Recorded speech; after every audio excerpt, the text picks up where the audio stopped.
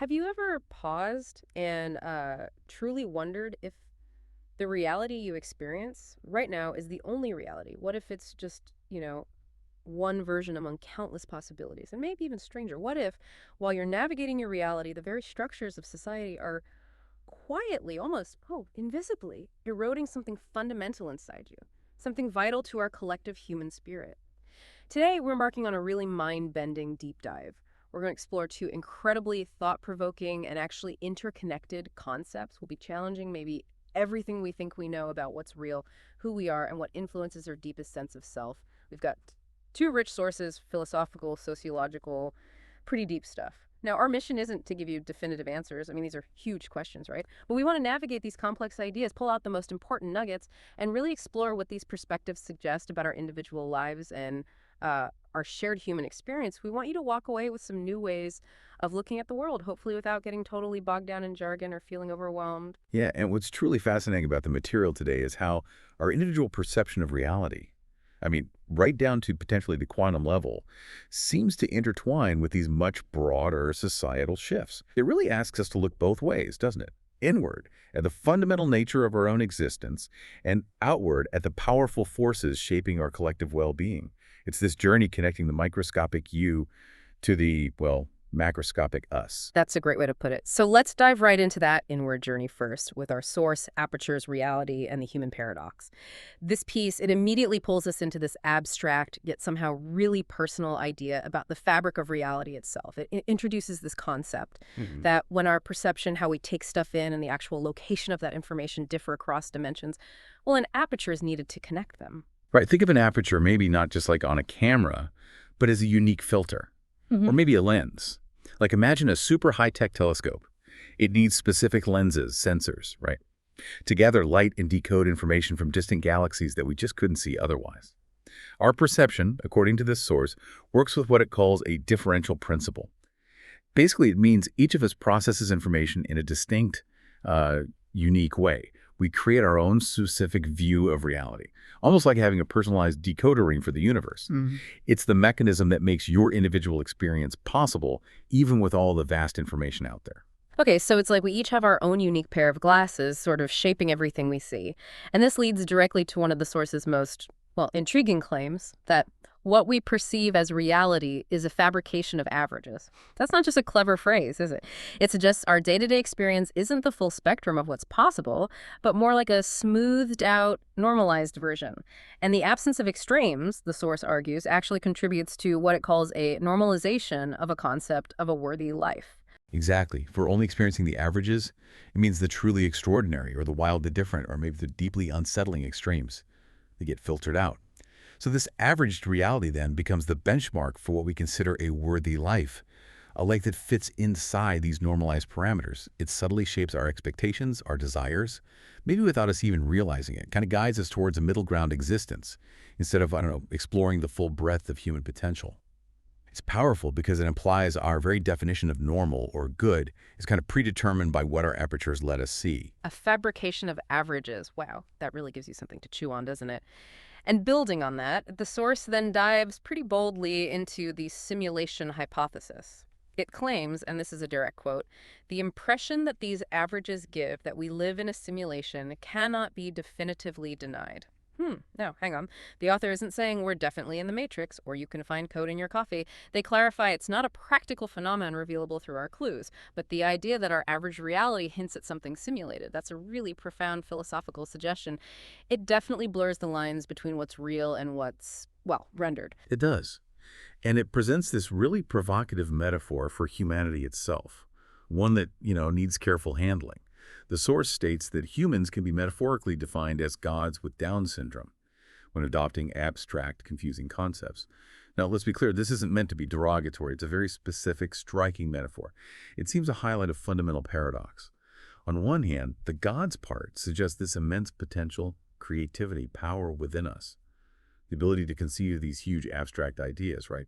But then the Down syndrome aspect within this specific metaphor seems to point to an inherent limitation, or maybe a specific kind of challenge in fully grasping or embodying these complex realities without some struggle or simplification or maybe even distortion. It's about the gap, really, between our potential and our current capacity, especially when we face the, frankly, bewildering nature of existence. It makes you consider our own boundaries, intellectually and perceptually. That is a powerful image, and your explanation really helps clarify that specific paradox it's trying to highlight. Immense potential, but also this puzzling inherent limitation. But, okay, it gets even more unsettling. The source introduces this really profound idea that human existence, including the state of being and the reality that this human is part of, as an extension of a prison from which existence becomes possible, which in itself is, again, a confirmation that reality is a prison. Wow. And this isn't just abstract philosophizing. The author actually admits, I never stop fighting for, after, against, and as part of reality. That sounds like a deeply personal struggle with existence itself, a feeling that our own awareness somehow traps us in a limited view. hmm And what's really compelling is how the source connects this deeply personal struggle directly to these grander concepts like quantum mechanics and parallel universes. It suggests that the choices one makes in life contribute to the quantum mechanical position that determines in which universe we find ourselves. Now, quantum mechanical position, let's try to break that down a bit. Think of it like this. Maybe every major decision you make isn't just opening one future path, but literally branching off into an entirely distinct timeline, a unique universe where that choice played out. It suggests your individual decisions aren't just shaping your personal future in one reality, they are literally placing you in a specific version of reality among countless others. Whoa, okay, so this isn't just abstract physics class stuff. It's about how every choice, every fork in the road might literally be shaping the specific universe we inhabit, and by extension, who we truly share it with. Yeah. And yeah, here's where it gets really interesting, like you said, because it raises this incredibly unsettling question about other consciousnesses. In these parallel universes, it says, one can never be sure that other people in the universe where an individual finds themselves also carry consciousness. It introduces the simultaneity of consciousness paradox, which suggests what? That consciousness might be over there in a parallel universe, leading to people without consciousness in universes very, very similar to our own. That's probably the most isolating implication in this first source, I think. If our choices branch us off, and consciousness itself can be in one branch but not another, even if they look almost identical, then the people you interact with every day, your friends, your family, colleagues, might, in an almost identical parallel reality, just be, well, elaborate, unconscious automatons. It creates this profound uncertainty about connection, about empathy itself. It suggests that feeling of being truly seen, truly understood by another conscious being. Maybe that's far more precarious, far more unique than we ever imagined. It deeply ties our internal world, our fundamental choices, to this almost unfathomable quantum reality. Okay. That is a lot to ponder. Seriously. It forces you to ask, if our reality is so subjective, so personally constructed, maybe even so solitary, how does that impact our search for meaning, for connection? Which actually leads us really nicely into our second source, spiritual humicide, the erosion of the human spirit. This one kind of shifts gears, takes us from that individual quantum level to a collective societal scale. It explores how our shared reality might be crumbling. Exactly. And this source introduces a term you probably haven't encountered much, but it's incredibly potent. Spiritual humicide. It defines it as the systematic destruction or erosion of the human spirit. And that's crucial because it immediately sets it apart from, say, physical violence or genocide. Spiritual humicide is about the decline of collective spiritual well-being, unity, moral coherence among humanity. It's presented as a slow, insidious process, not a sudden, violent act, affecting the very essence of our shared humanity. That distinction is really key, isn't it? It's about a gradual dismantling of our collective soul, you might say. And one of the primary culprits identified in this erosion is something we often, celebrate as a cornerstone of modern governance, the separation of church and state. Our source explains its historical intent perfectly to ensure religious freedom, prevent religious institutions from monopolizing power. Think Enlightenment, French Revolution, U.S. Constitution, a noble goal, right? Absolutely. The intent was definitely about protecting individual liberties, preventing historical abuses. No question. However, what's interesting here is how the source highlights its inadvertent contribution to the fragmentation of a unified moral and spiritual framework. Historically, religious institutions, for all their problems, often provided not just spiritual guidance, but also crucial social cohesion, community support, a shared ethical foundation for millions. By sort of pulling religion out of the public square, society's unintentionally lost a central unifying force, one that maybe transcended individual beliefs. And this created a kind of void, leading to fragmentation where maybe There was once a common, albeit imperfect, societal glue. It's an unintended consequence, the source argues, but a profound one. That's a crucial point. Not designed to destroy, but the unintended effect was losing that collective glue. And it's not just the separation of church and state either. The source also points to the impact of rigid societal structures. These predefined frameworks and hierarchical power dynamics, they often prioritize things like efficiency, productivity, economic growth over, say, holistic human development and spiritual well-being. Think about how our lives are often structured around work, consumption, material success. Precisely. And this rigidity, it argues, stifles individual expression, creativity, and the pursuit of deeper existential meanings. Yeah.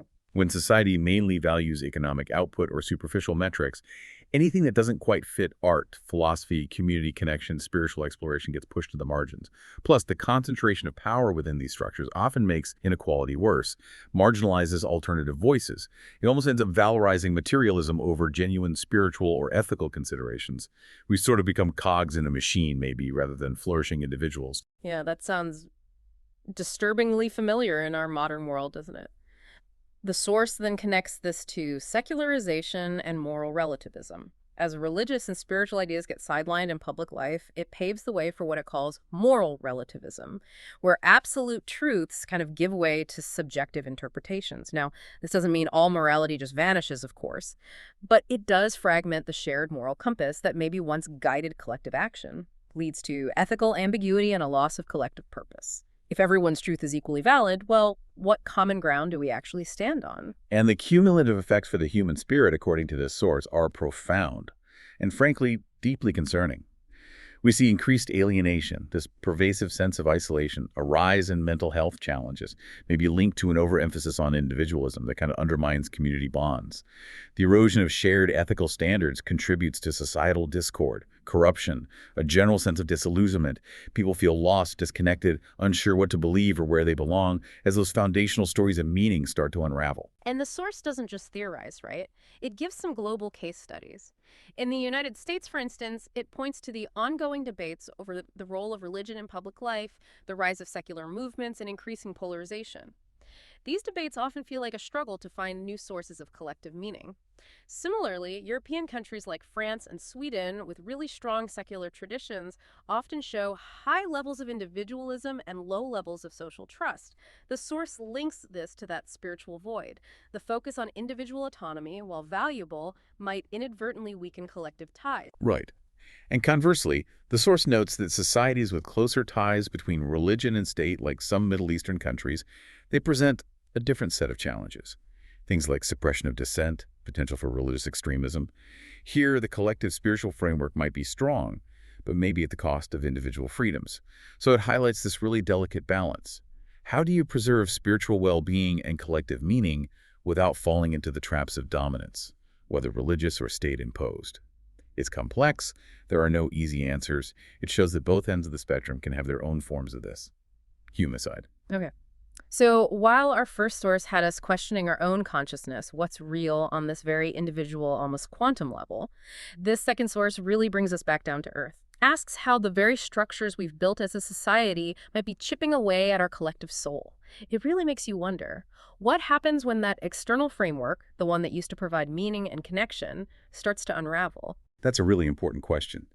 When those external frameworks dissolve, individuals are often left feeling disconnected, right? Struggling with fundamental questions of purpose, belonging. It forces us to think about how our personal inner world, with all its subjective realities we talked about, interacts with these powerful societal currents. How much influence does each have on the other? And this is where we try to bring these two, frankly, mind-bending deep dives together. If reality is a fabrication of averages, and for the individual maybe an extension of a prison, and our choices literally determine our universe, how does that profound, often isolating personal reality connect with the erosion of the human spirit happening on a societal level? Well, there seems to be a powerful and maybe rather heartbreaking link there. That feeling of being alone in this world, mentioned in the first source, whether it's from the illusion of time or that consciousness paradox. That deep individual isolation seems to resonate profoundly with the increased alienation and isolation caused by spiritual humicide in the second source. Makes you wonder, doesn't it? Can the breakdown of collective spiritual bonds of shared purpose actually intensify that already profound individual sense of isolation?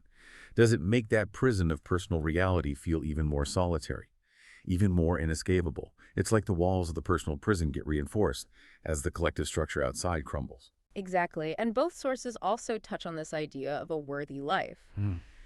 Source 1 suggests reality unfolds from the normalization of a concept of a worthy life, meaning our averaged reality sets the stage for what we think is a good, fulfilling life. But then Source 2 talks about how rigid societal structures actually prevent holistic human development, hindering the pursuit of that very life. It's like our individual reality has this blueprint, maybe, or an idea of a worthy life, but the collective structures we've built make it incredibly hard to actually manifest it, to truly live it. The ideal and the attainable drift further apart. And what's truly fascinating is this interplay, our highly personal perception defined by those apertures, and our powerful choices determining our quantum position.